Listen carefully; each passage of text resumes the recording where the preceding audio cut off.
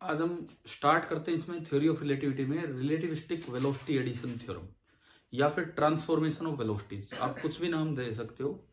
Relativistic velocity addition theorem या फिर transformation of velocities, ये हमें देखना है।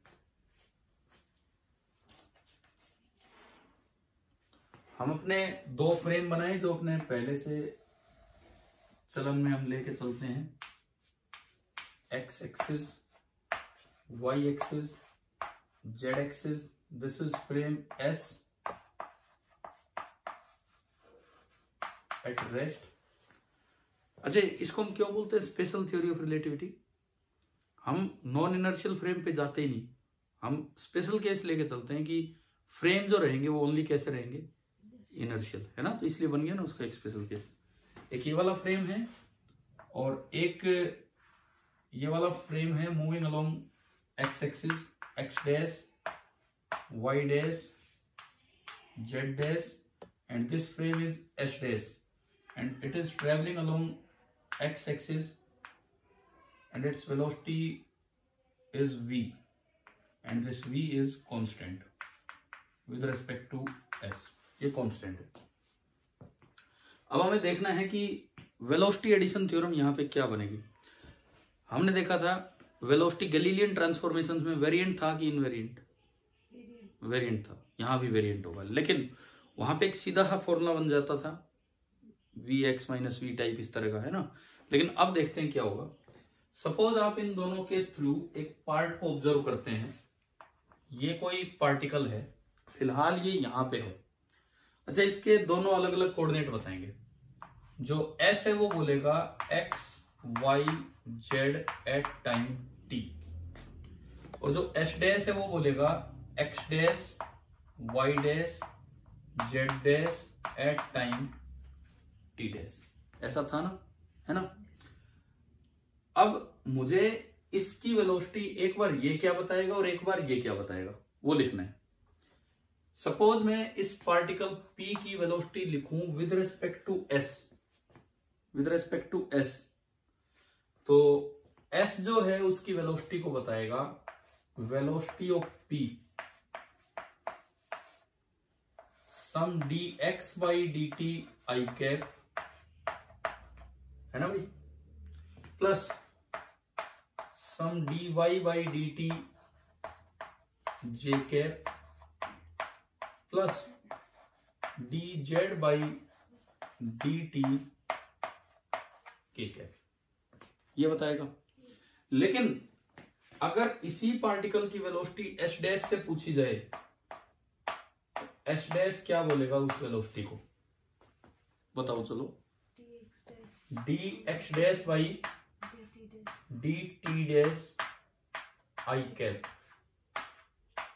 Plus dy dash by dt dash j cap plus dz dash by dt dash k cap. ये हमने वेलोसिटी लिख ली दोनों के फ्रेम में, S के फ्रेम में भी और S डैश के फ्रेम में भी। अब आप जो पुराने जो अपने लोरेंस ट्रांसफॉर्मेशन की इक्वेशंस थी,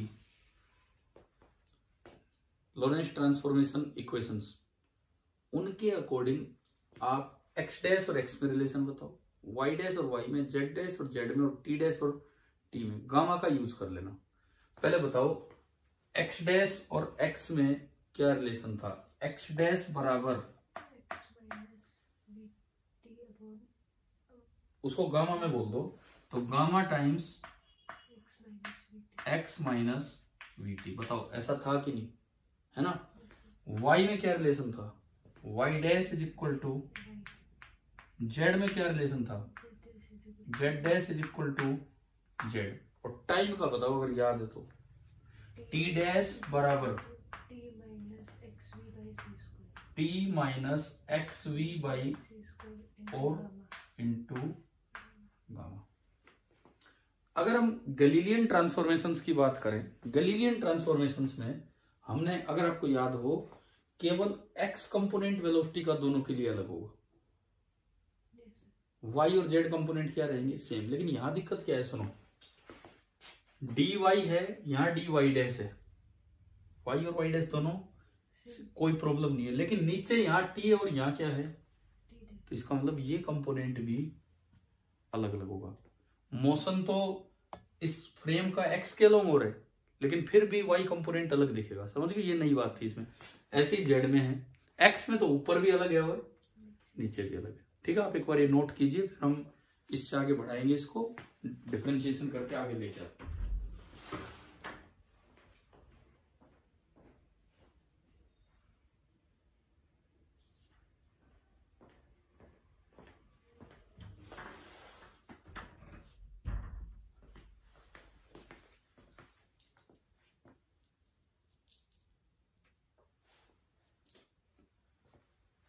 हो गए। अब देखो, सबसे पहले मैं एक बार ये फ्रेम मिटा रहा हूं ताकि थोड़ी जगह बने यहाँ पे।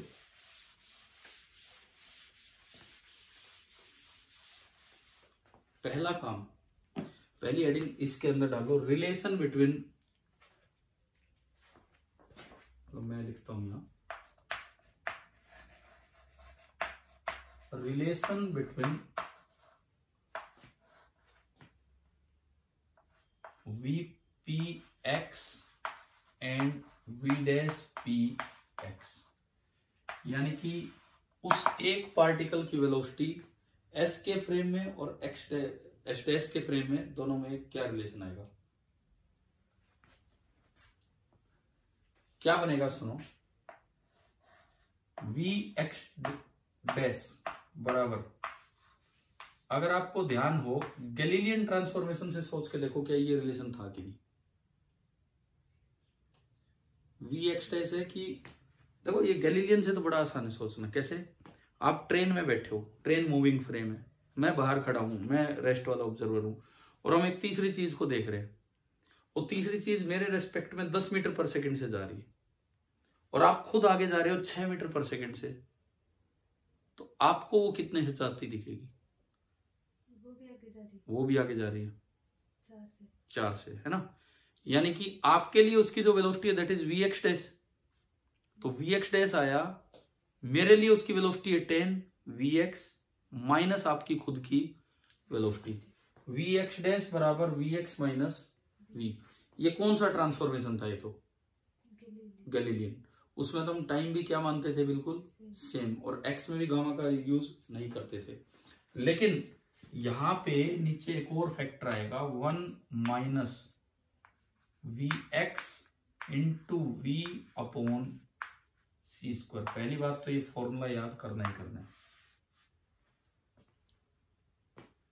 यहां पे Vx जो है ना, Vx that is the velocity of particle P, लेकिन ये जो मैं V लिख रहा हूं, ओनली V, ये किसकी वेलोसिटी है, फ्रेम की, है ना। अब ये आया कैसे, क्योंकि हो सकता है एग्जाम में कई बार भूल भी जाए, वैसे तो याद रखते जाए हम, भूल भी जाए, तो आया कैसे ये फॉर्मूला। तो हमारे पास Vx डैश है, Vx डैश ये रहा, हमारे पास Vx है, Vx क्या है, dx बाई dt। देखो, अगर मैं इसका हल्का फुल्का प्रूफ आपको बताना चाहूं, तो Vx dash is dx dash divided by dt dash. देखो मेरे पास दो इक्वेशन है, इस इक्वेशन से आप निकाल लो dx डैश बाई dt। क्या उधर टाइम है कि नहीं, इस इक्वेशन से आप निकाल लो dt डैश बाई dt, उधर टाइम है, और फिर इससे जब इसको डिवाइड करेंगे तो मेरे पास क्या आ जाएगा, dx dash by dt dash, और वो क्या आ जाना चाहिए, Vx डैश, और उसका ये एक्सप्रेशन बनना चाहिए। एक बार देखते हैं, चेक करते हैं। सबसे पहले मैं इसको डिवाइड करूं, तो मुझे बताओ dx डैश बाई dt, बताइए, गामा कांस्टेंट है, बाहर गया, फर्स्ट टर्म आएगी dx by dt। Now dx by dt is Vx, है ना।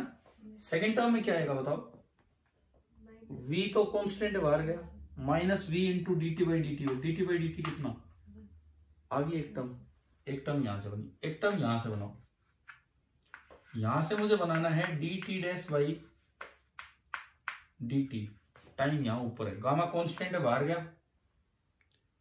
dt by dt 1 minus v by c square तो कांस्टेंट है, बाहर गया, और dx by dt vx, particle का x component of velocity in the frame of s। आया क्या समझ? अब देखो जब मैं इससे इसको डिवाइड करूंगा तो dt से dt कट के मैं इसको बोल रहा हूं इक्वेशन नंबर 1, इसको बोल रहा हूं इक्वेशन नंबर 2। अब मैं 1 से 2 को अगर डिवाइड करूं तो dt dt कटेगा, dx dash by dt dash आएगा, और उसकी जगह क्या लिख सकते हैं आप? vx dash. और सोचो बाकी क्या गामा गामा कट के डिवाइड करती, गामा भी गया, ऊपर क्या बचा? vx माइनस v, और नीचे क्या बचा? 1 माइनस vx v अपॉन, आ गया ना समझ? बाकी ये फॉर्मूला भी याद रखना है, भूल जाओ तो प्रूफ में भी टाइम नहीं लगता है, क्योंकि फिर कई फॉर्मूले हो जाते हैं।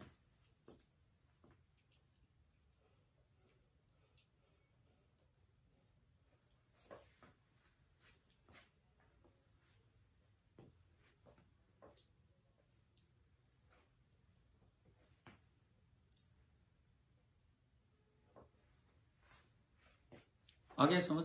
ठीक है, अब आता है नेक्स्ट हेडिंग, रिलेशन बिटवीन। अब चलते हैं वाई कंपोनेंट्स की तरफ। Relation between v p y and v dash p y. Particle के वाई कंपोनेंट में क्या रिलेशन बनेगा, अब मैं उसकी तरफ चल रहा हूं। देखो इसमें कोई फर्क नहीं आना, नीचे चाहे आप y के रिलेशन देख रहे हो, चाहे आप y के रिलेशन देख रहे हो, लेकिन डिनोमिनेटर क्या रहेगा? बिल्कुल सेम, ये याद रखना है। और ऊपर जो है ना, ऊपर पिछली बार तो क्या आया था? vx माइनस v, इस बार ऊपर आएगा vy upon gamma. vy upon gamma, वो अपॉन गामा मैंने बाहर कर दिया, बस ये चेंज है। vy अपॉन गामा, वो अपॉन गामा मैंने बाहर कर दिया।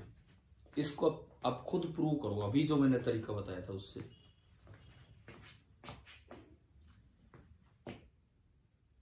कैसे करोगे बताना एक बार। एक तो इसको टाइम के रेस्पेक्ट में डिफरेंशिएट कर दो, वहां से तो आ जाएगा dy डैश बाई dt, इधर सीधा ही dy बाई dt, उसको vpy लिख देंगे, ठीक है। इसका कर ही रखा आपने डिफरेंशिएशन, और फिर उनको डिवाइड करो, देखिए क्या ये आंसर आ गया है क्या।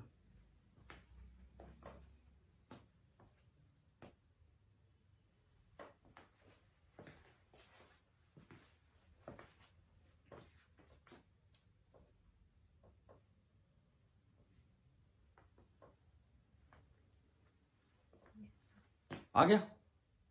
मतलब अगर हम फॉर्मूला भूल भी जाएं तो जब लोरेंस ट्रांसफॉर्मेशन याद है तो ज्यादा टाइम लगेगा नहीं इसको लाने में, ठीक है। तीसरा आप सोचिए क्या रिलेशन बनेगा, वीपीजेड एंड अब जेड कंपोनेंट ऑफ वेलोसिटी। देखो अभी तक क्या होता था, गैलीलियन ट्रांसफॉर्मेशन, सिंपल मैकेनिक्स में अगर फ्रेम एक्स में जा रहा है तो केवल एक्स कंपोनेंट ही अलग होगा, वाई और जेड क्या रहेगा? सेम। लेकिन इसमें सब कुछ अलग है। सोचो एक मिनट, यहां क्या आना चाहिए बताओ? बस यहां तो वी डैश जेड होगा और बाकी सारा बिल्कुल सेम। एक बार आप कर लो, ये भी प्रूफ ऐसी, एक बार जेड वाले को डिफरेंशिएट करो टाइम के रिस्पेक्ट में, और उधर वाला कर ही रखा है, उधर वाले को बार बार लिखने की जरूरत नहीं, इक्वेशन 2 बनी पड़ी है हमारी, फिर उसको इक्वेशन 2 से डिवाइड कर लो, देखिए आया कि नहीं आया।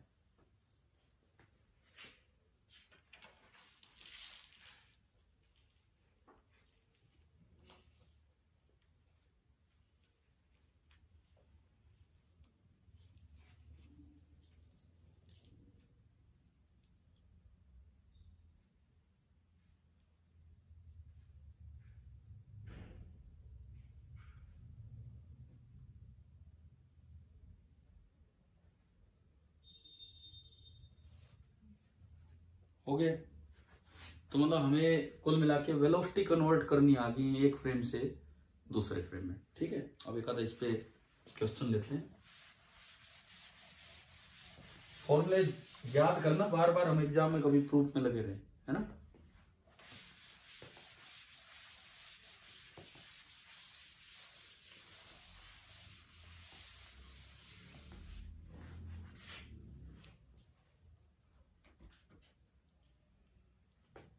एक क्वेश्चन लेते हैं।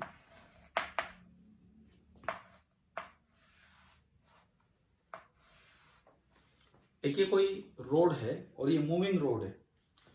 ये रोड सपोज आगे जा रही है विद वेलोसिटी 0.4 टाइम्स c, और ये बता कौन रहा है भाई ये बातें? एस बता रहा है। ये स्टेशनरी फ्रेम जो है वो बता रहा है कि ऐसा ऐसा होने लग रहा है। ठीक है, रोड आगे जा रही है 0.4 c से, और इधर से ना एक पार्टिकल आ रहा है 0.8 c से। सामने से ये एक पार्टिकल आ रहा है, एक्स एक्सिस के लॉन्ग दोनों का मोशन होने लग रहा है। ठीक है, और एस ने बताया कि जो रोड की लेंथ है that is 3.6 metre.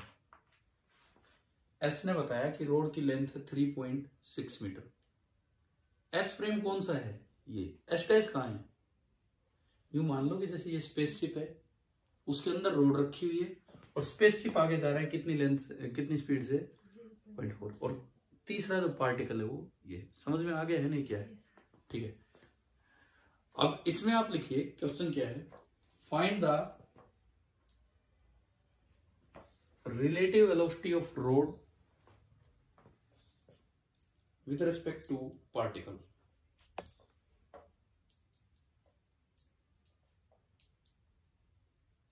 relative velocity of road with respect to particle। अब मैंने थोड़ा सवाल में ऐसे दे दिया कि आपको एस डैश ध्यान से सोचना पड़ेगा। किसकी रिलेटिव वेलोसिटी निकालनी है? रोड की। तो हमारे लिए जो पार्टिकल जैसी चीज है वो कौन बन गई है? रोड। किसके रेस्पेक्ट में निकालनी है? तो एस डैश अब कौन बना दिया मैंने सवाल में? कौन देख रहा है रोड को? हाँ, तो हमारा मूविंग फ्रेम कौन हो गया? ये। समझ गए हो ना? समझ गए हो कैसे आइडेंटिफाई करना है? अब एस डैश कौन सोचे हम, क्या है एस डैश? पार्टिकल तो एस डैश है, और जो रोड है वो पार्टिकल की तरह पेश आएगी। दूसरी बात, हमने अक्सर सोचा है कि एस डैश तो आगे चलता है, इसमें किधर आ रहे? पीछे। एस डैश की वेलोसिटी को हम वी बोलते थे। वी की वैल्यू अगर वो पीछे आ रहा है तो वी के फॉर्मूला में वी माइनस 0.8 से पुट होगा, ना कि 0.8। पहली बात, क्वेश्चन पढ़ के पता लग गया क्या पार्टिकल? एक बार बनाओ तो फिर इक्वेशन।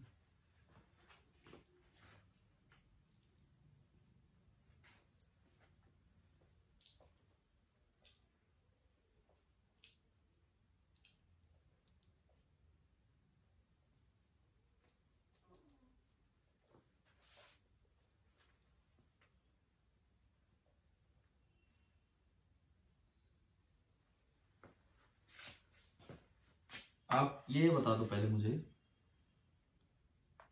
Vx कितना है और V कितना है हमारे इस क्वेश्चन के लिए? Vx कितना है? मैं ऑब्जर्व किसको कर रहा हूं? मैं भी और वो भी ऑब्जर्व किसको कर रहे हैं? रोड को, है ना? बच्चा क्या सोचता है? पार्टिकल ऑब्जर्व हो रहा है, जबकि ये ऑब्जर्व हो रहा है। इसकी वेलोसिटी रेस्ट वाले के रेस्पेक्ट में जो होगी वो Vx है। कितनी है इसकी वेलोसिटी? आगे है तो पॉजिटिव, पीछे है तो नेगेटिव। अब बताओ एस डैश कौन सा फ्रेम है? वो किधर आ रहा है? वो पीछे। तो V कितना होगा? हमें इसके फ्रेम में इसकी वेलोसिटी निकालनी है, इसके फ्रेम में इसकी वेलोसिटी निकालनी है। ठीक है, तो क्या फॉर्मूला था अभी? एक्स के अलोंग जो फॉर्मूला था, वी एक्स डैश निकालनी है P के फ्रेम में, मतलब वी एक्स डैश। भाई मेरा ये जो है ना, ये हमारे लिए क्या बना बैठा है? एस डैश बना बैठा है। तो बताओ वी एक्स डैश बराबर, पहले फॉर्मूला बताओ, v x minus v upon 1 minus v x into v upon c square. अब आप विद साइन प्रॉपरली पुट करेंगे, आप घर से करेंगे अब ये पूरा। ठीक है, आंसर इसका आएगा लगभग 0.9c। ये आप घर से देख लेना, शायद 10/11 के आसपास आए। 0.9 c के करीब इसका आंसर जाना चाहिए। करोगे कि नहीं है? ये वेलोसिटी ट्रांसफॉर्मेशन समझ आ रहा है? हमें खुद फ्रेम आइडेंटिफाई करना पड़ रहा है। अच्छा, एक चीज और पूछ लूं इसमें, जो पीछे पढ़ रखा है उसमें, मैं वेलोसिटी एडिशन पे नहीं, वैसे एक और चीज पे जा रहा हूं। अगला सवाल लिखना, ये जरूर किया करो घर जाके, ताकि पता रहे कि हाँ कैसे किए। पता है रिलेटिविटी मुश्किल नहीं है, पर क्या है कि अगर हम रिवाइज ना करें तो फिर भूल जाएंगे, क्योंकि फॉर्मूले थोड़े बड़े बड़े से हैं, है ना। फिर ये कंफ्यूजन, वो मैंने बताया था गामा कहाँ आ रहा है, ये कहाँ आ रहा है, ये सब चीजें। अगला सवाल आप ये बताओ, find the proper length of the road. Find the proper length of the road.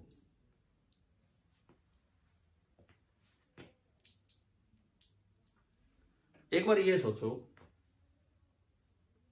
इसको तो रोड चलती हुई दिख रही है, प्रॉपर लेंथ के लिए मुझे एच डैश कहां लेना होगा? ये खुद है ना। अब प्रॉपर लेंथ पूछ लिया तो इसका मतलब मुझे यूं मानना चाहिए कि ये एक स्पेसशिप है और इसके अंदर ही कौन बैठा है? ऑब्जर्वर। और उसके रिस्पेक्ट में जो लेंथ है वो क्या होगी? L not. लेंथ कॉन्ट्रैक्शन हमने पढ़ा है, मूविंग लेंथ छोटी होती कि बड़ी होती? छोटी। तो proper length, moving length proper length से छोटी होती है। इसको लेंथ कम दिखाई दे रही है, तो इसको लेंथ ज्यादा दिखाई देगी या कम? ज्यादा। यानी कि हमारा आंसर 3.6 से ज्यादा आना चाहिए। इससे अंदाजा लग जाता है कि गामा मल्टीप्लाई करना है कि गामा डिवाइड। बनाओ एक बार इक्वेशन बनाओ, ये भी प्रॉपर। फर्स्ट पार्ट तो अपना कर लेना पूरा, अब मैं प्रॉपर लेंथ पे गया हूं, ये आप इक्वेशन बनिए।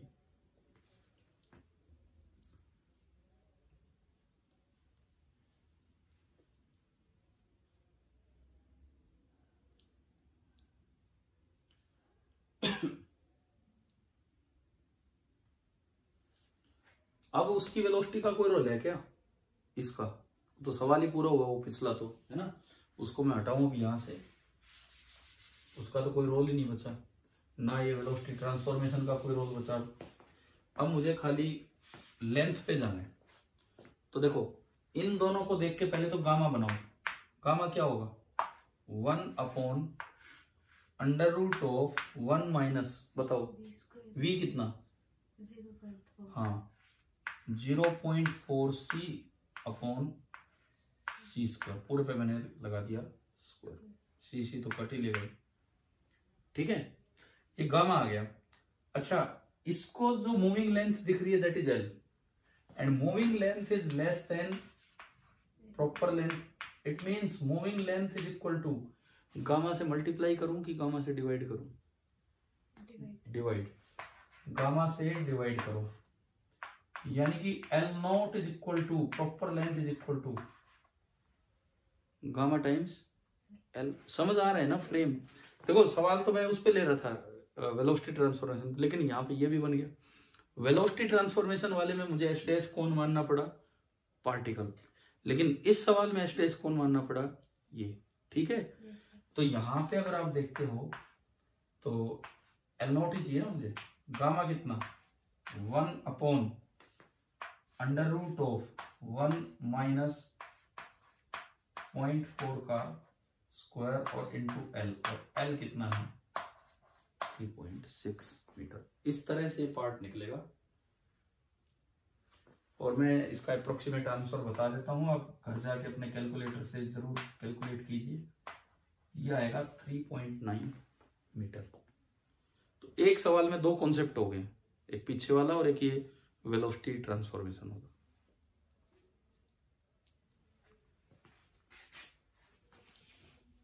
समझ आया?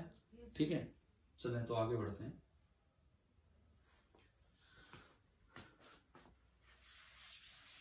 पूरे करना है ना, कोई नहीं आता है तो आप पूछना फिर कैसे है कैसे नहीं है।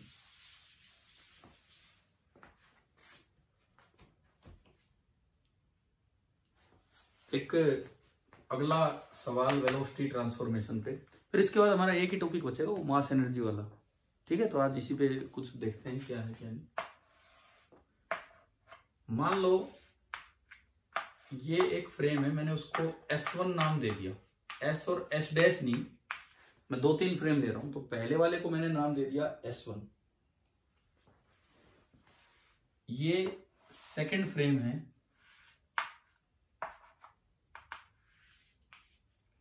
इसको मैंने नाम दिया S2 and it is moving forward with a velocity c/2 with respect to S1। ये S1 के रिस्पेक्ट में c/2 से आगे जा रहा है। इसके आगे मैंने एक और फ्रेम बना दिया S3 moving with the velocity c/2 with respect to S2। समझ गए हो? 2 अलग अलग स्पेसशिप दे दिए। और अब मैंने एक पार्टिकल माना which is moving further with the velocity c/2, but this c/2 is with respect to S3।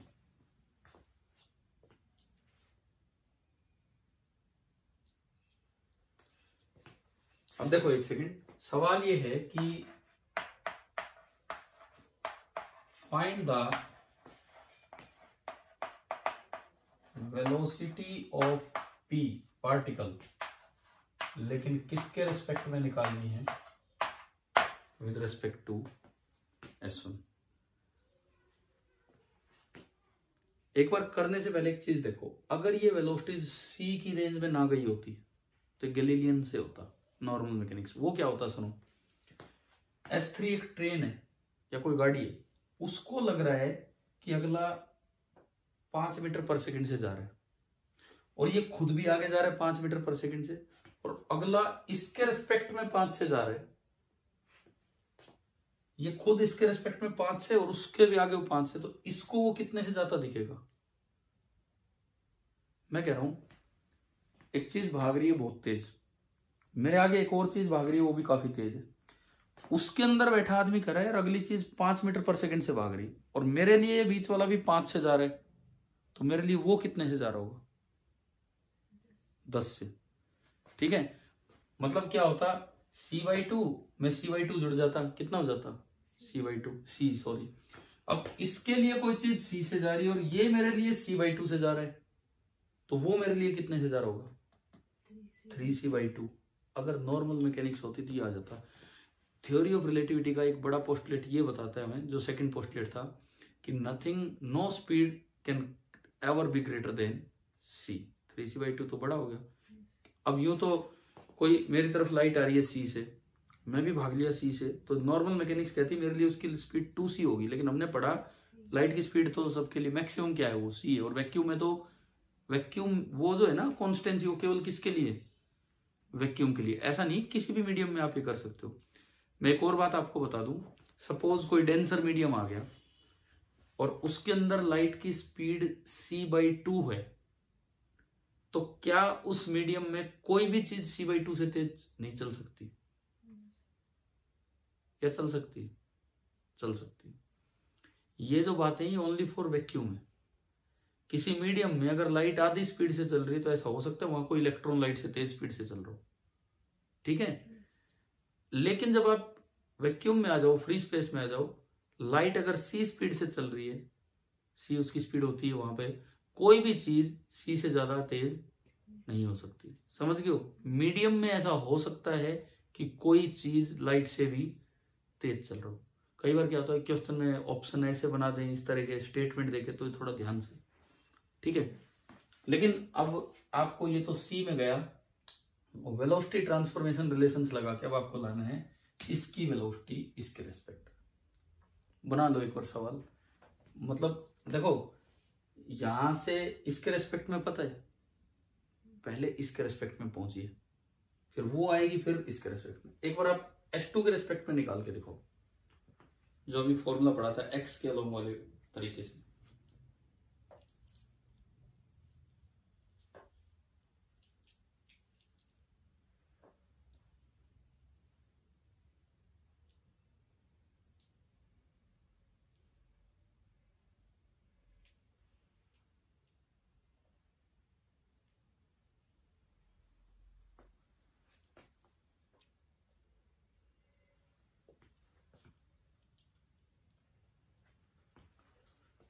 एक बार सुनो, एक और चीज बताता हूँ। ऐसे तो कई फ्रेम हो सकते हैं, है ना।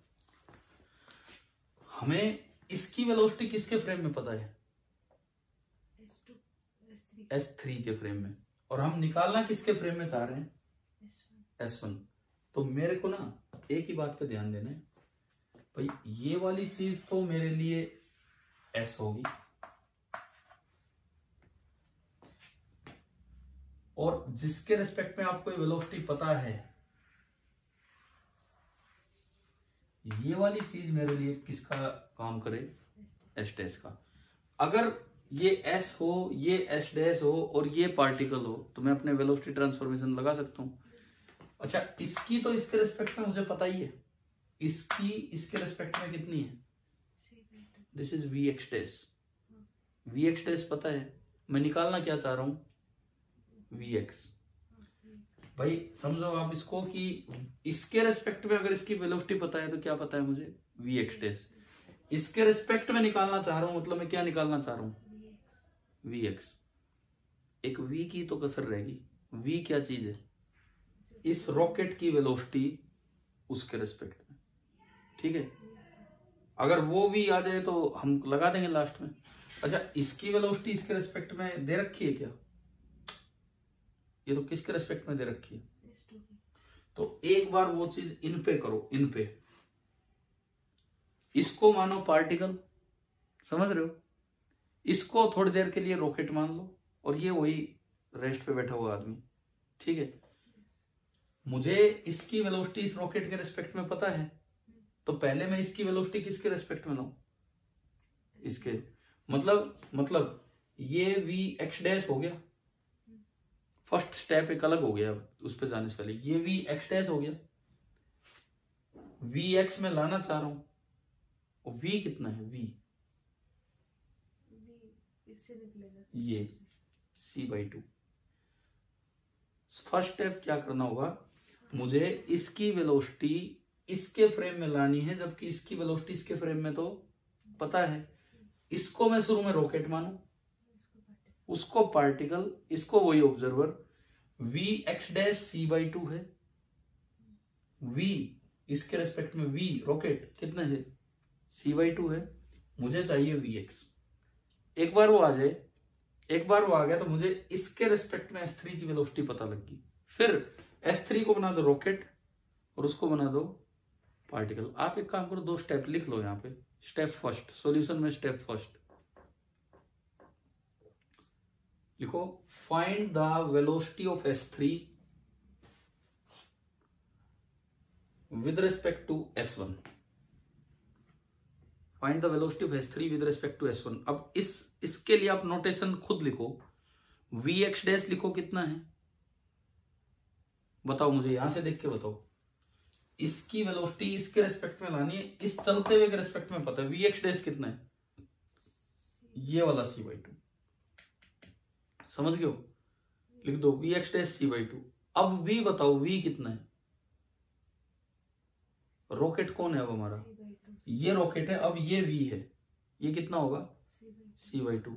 भूल मत जाना, कभी बाद में रिवाइज करो कौन सा क्या किया। और यहां से क्या निकालो? Vx। लगाओ फॉर्मूला, लगाओ फॉर्मूला, और Vx बताओ क्या आ रहा है।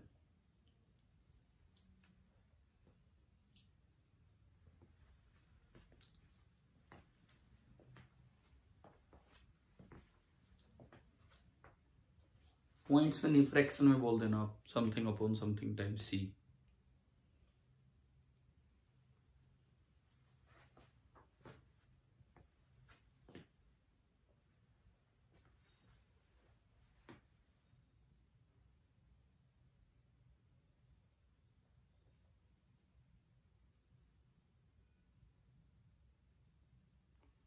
Vx बताना, Vx डैश तो पता है हमें।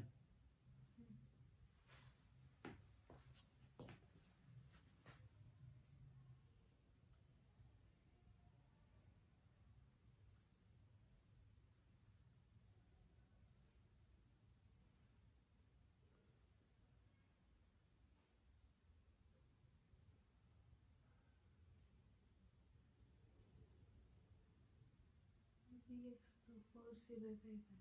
ठीक है, वी एक्स आ गया 4c/5 है ना। मैं अगर बोर्ड पे एक बार लगा के दिखाऊं, या क्लियर है, हो गया 4c/5। अब है ना, अब इसको हटा दो, अब ये किसी काम का नहीं, और इसकी velocity with respect to s1 आ चुकी है, कितनी आ चुकी है, अब मेरा ये रॉकेट बन गया है ना।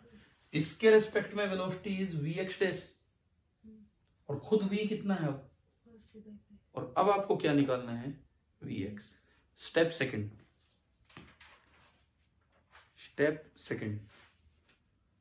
और इसमें लिख दो, now treat s3 as s dash,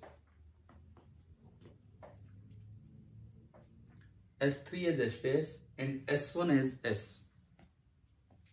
जो हमारी नोटेशन हुआ करती थी। और उसके अकॉर्डिंग एक बार वैल्यू लिख लो, vx डैश कितना, vx डैश इसके रिस्पेक्ट में c/2, और v कितना, v, हाँ, और हमें निकालना क्या है, vx। फिर से एक बार फॉर्मूला लगा दो,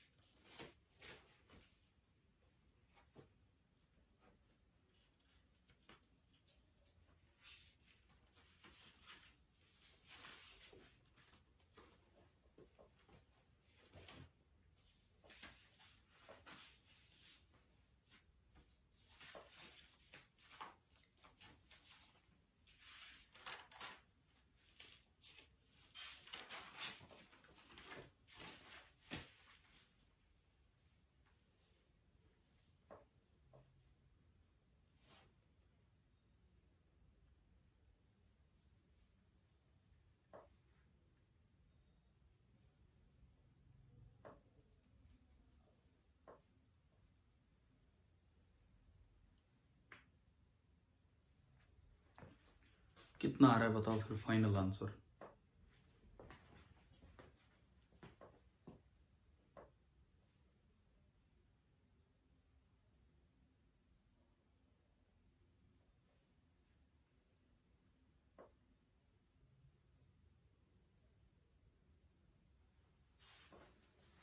चलिए देखते हैं एक बार ना, बोर्ड पे देखते हैं। आपका जो फॉर्मूला है,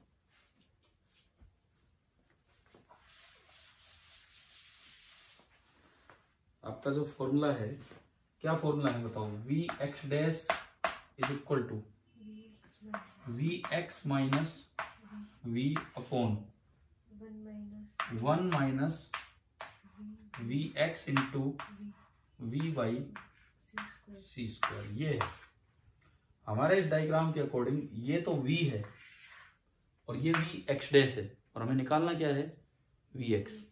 वी एक्स डैश की जगह आपने रखा c/2, वी एक्स आप निकालना चाह रहे हो, माइनस v की जगह 4c/5 upon 1 minus v x आप निकालना चाह रहे हो, v की जगह 4c/5 रखोगे तो एक c कटेगा और ये क्या बचेगा, 4/5c। ठीक है, इस पूरे को इधर उठा लो मल्टीप्लाई करने, c/2 into 1 c/2 minus c से c कैंसिल, एक 2 से एक 2 कैंसिल, तो ये कितना आ रहा है, 2vx/5 is equal to vx minus 4c/5। इस vx के टर्म को उधर ले जाओ, 1 + 2/5, 1 + 2/5 7/5, तो ये आपका आया 7/5 टाइम्स vx। इसको तो मैं उधर ले गया, इसको इधर उठा लो, 4c/5 प्लस c/2, एलसीएम आएगा 10, 4c/5 plus c/2 plus LCM आएगा 10, तो 5 तो इधर आएगा और 8 उधर, कितना बन गए 13 बना, तो ये आया 13c। 5 से कटा 2 बार, और यहां से अगर आप देखते हो तो vx कितना आ गया, 13c/14।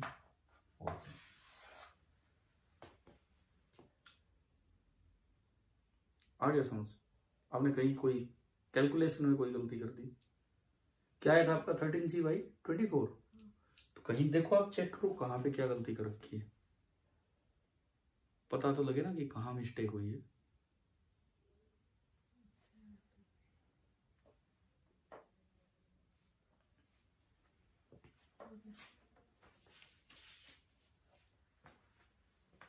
हो गया है? अब देखो, हमने एक तरह से थोड़ा वेलोसिटी ट्रांसफॉर्मेशन वाला पार्ट लिया है आज। कुछ समझ आया ना किस तरह से किया है? सिंपल एक्स एक्सिस में मोशन हो रहा था, एक्स के अलोंग ये सब चेंजेस हुए, लेकिन ये चेंज वाई में भी होते हैं और जेड में भी।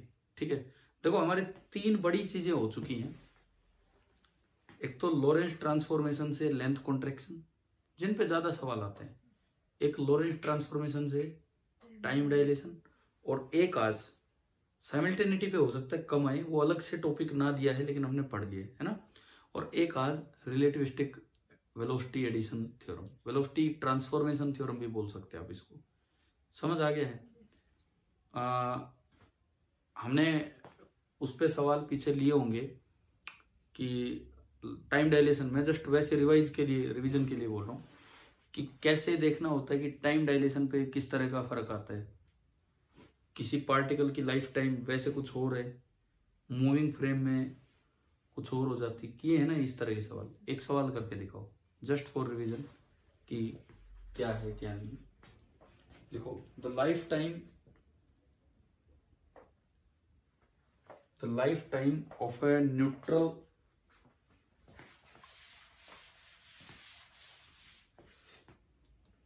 P ion,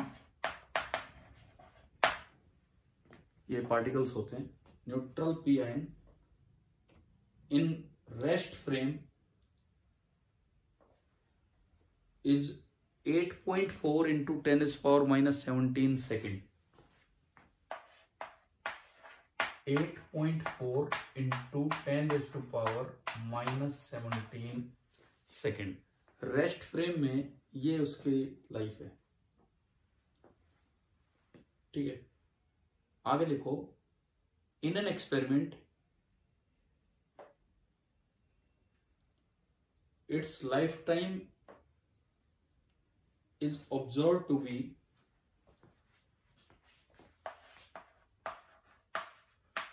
42.0 into 10⁻⁻17 second। 42.0 इन लिख लिया ये। आपको ये बताना है, लिखो सवाल क्या है, what is the speed of the particle in the lab frame. What is the speed of the particle in the lab frame during the experiment? C की टर्म्स में आप आंसर निकाल दीजिए, रूट में, पॉइंट से हम नहीं जा रहे, रूट में आप निकाल दो।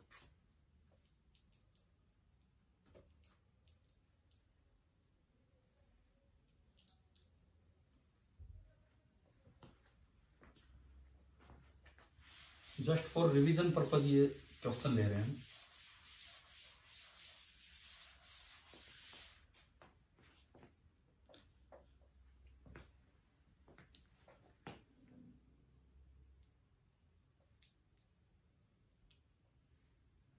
तो ये बताओ प्रॉपर टाइम कौन सा है? हाँ, 8.4। ये एस डैश के फ्रेम में है कि एस के फ्रेम में? S dash. एस के फ्रेम में टाइम कितना है? एस के फ्रेम में टाइम है 42.0 इंटू 10⁻⁻17 सेकेंड। ये तो है विद रिस्पेक्ट टू एस, और ये वाला है with respect to h dash. और जो एच डैश है मतलब वो पार्टिकल्स मान लो चल रहे हो कितनी स्पीड से, v स्पीड से, तो मुझे यही बताना है कि वो फ्रेम की स्पीड मतलब पार्टिकल की स्पीड क्या है। थोड़ा यार ये पहचानना होगा कि ये वो वेलोसिटी एडिशन थ्योरम पे नहीं है ये सवाल, है ना, ये इन पे कंफ्यूज ना हो जाए हम। तो टाइम डायलेशन मतलब डेल्टा टी ज्यादा होगा या कम होगा? ज्यादा। ज्यादा होगा तो गामा से मल्टीप्लाई करें कि डिवाइड? मल्टीप्लाई, पहले गामा ही निकाल लो, बाद में गामा पुट करते रहेंगे। गामा आ गया delta T upon tau not, पहले हम गामा ही निकाल लें। Delta T upon tau not, देखो ये 8.4 है, डेल्टा टी कितना है 42, ये 10 की पावर माइनस 17 तो कट गया, अपॉन 8.4 को मैं 84 लिख के और इंटू 10 ऊपर कर दूं, ये डबल है तो ये शायद 5 ही आ रहा है, आ गया ना gamma 5।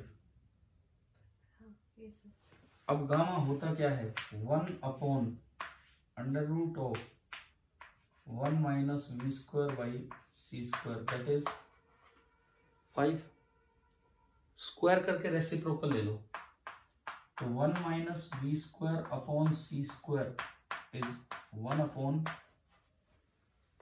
25, v square upon c square को उधर ले जाओ,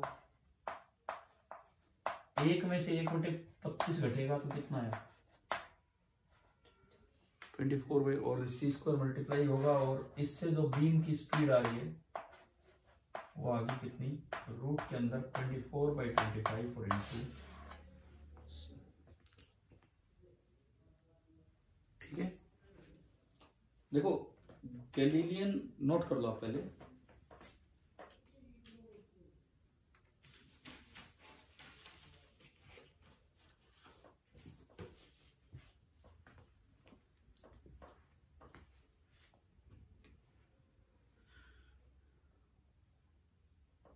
हो गया। सुने गैलीलियन ट्रांसफॉर्मेशन पे क्वेश्चन नहीं मिलेंगे, तो मैंने कहा एग्जाम पॉइंट ऑफ व्यू से गिनती की चीजें याद करके जाओ।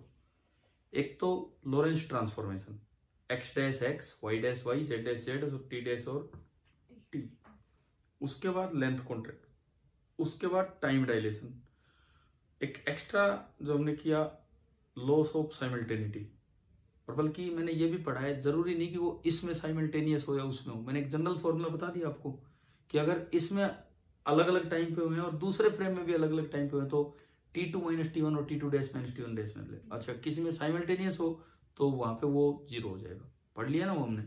साइमल्टेनिटी का लॉस तभी होता है जब एक जगह ना होके दो अलग अलग जगह, क्लियर है ये चीज, है ना। और आज जो हमने मेन चीज सीखी है, लास्ट में चलो टाइम डायलेशन पे क्वेश्चन ले लिया, मेन चीज सीखी है वेलोसिटी ट्रांसफॉर्मेशन रिलेशंस क्या है, थोड़ा सा समझ आया। टॉपिक वाइज इसमें एक ही बचा है हमारा मास एनर्जी इक्विवेलेंस, बाकी हम 1-2 दिन लगा रहे हैं इस पे, मतलब अब इतना हो कि आपको देखो अभी आप सेकेंड ईयर में हो, इस साल एक वैसे प्रैक्टिस के लिए एग्जाम दे रहे हो, पेपर में जाते ही पहले अपना ये ढूंढ लेना कि जहां भी ये सवाल मिले एटलीस्ट 2 क्वेश्चन तो आपको, एटलीस्ट 2 तो मिलेंगे ही मिलेंगे श्योर, है ना, 2 से ज्यादा भी हो सकते हैं, वो तो देखा जाएगा कितना है, वो सवाल मेरे गलत ना हो, वो सबसे पहले हम ढूंढ के सही करें, ठीक है। और फिर अब मैं सिलेबस की बात करूं, एक सेकेंड, देखिए मॉडर्न फिजिक्स में आपकी ऊपर की 2 लाइनें सिलेबस की कवर होगी। अब जो इसमें एक लास्ट टॉपिक है that is mass energy equivalence, उसके बाद आता है ब्लैक बॉडी रेडिएशन। क्या हमने अभी तक आ चुका क्या ये टॉपिक ब्लैक बॉडी रेडिएशन, और उसमें प्लैंक रेडिएशन लो, रेले-जीन्स लो, ये आए हैं, आ चुके कौन से सेमेस्टर में, सेकंड में था ये भी, ठीक है।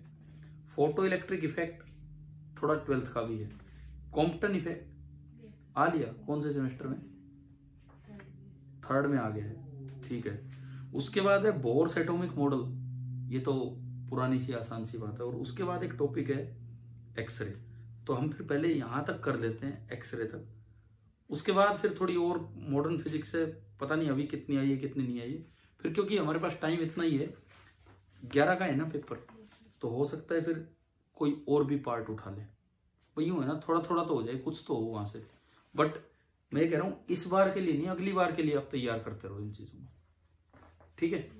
Thank you.